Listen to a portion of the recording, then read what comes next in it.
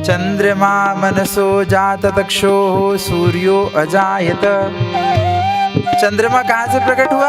भगवान का विराट स्वरूप का जब चिंतन कर रहे हैं पूर्व सूक्त में, तब कहते हैं चंद्रमा मनसो चंद्रमा मन से प्रकट हुआ।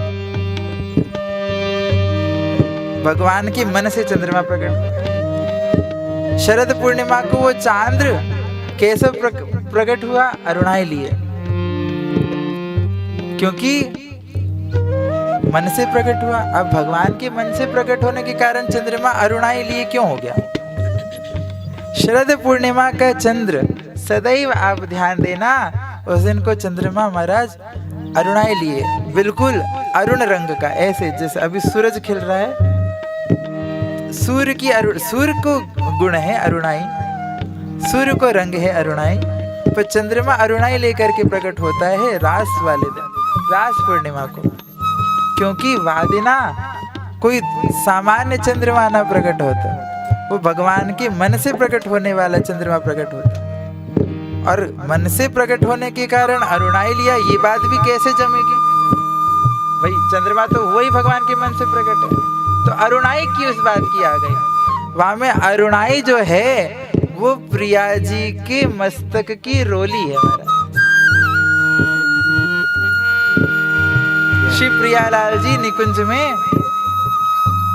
विराज रहे, सुंदर सब सखियों ने श्री किशोरी जी का श्रृंगार किया, किशोरी जी को श्रृंगार कियो, और जैसे ही प्रिया जी लाल जी के सामने आई तो लाल जी प्रिया जी को देख करके अति प्रसन्न हुए, खूब आनंदित हुए और खूब जय जयकार करने लगे, कहने लगे, अरे स्वामिनी, आज तो तुम्हारो मुख बिल्कुल चंद्रमा के समान लग रहा। जैसे ये बात प्रिया जी ने सुनी, सोई माननी है गई।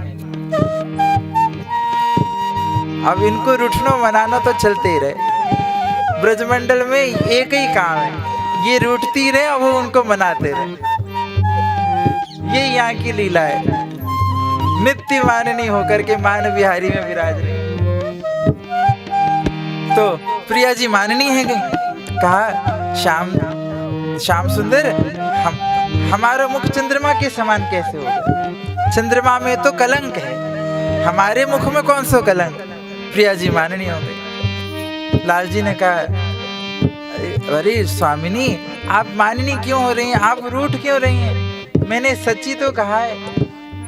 देखो, आप बिल्कुल चंद्रमा के समान धवल हैं, आप में कोई कलंक ना है, फिर भी यदि आप के हो तो सच्ची बात तो यही है, आपको मुख चंद्रमा के समान है, और आपको ऊपर जो कलंक लग रहा है वो कोई दूसरो कलंक थोड़ी, मैं ही श्याम कलंकित हूँ, मैं ही तो कारिया हूँ, मैं ही आपके मुख में लग रहा हूँ।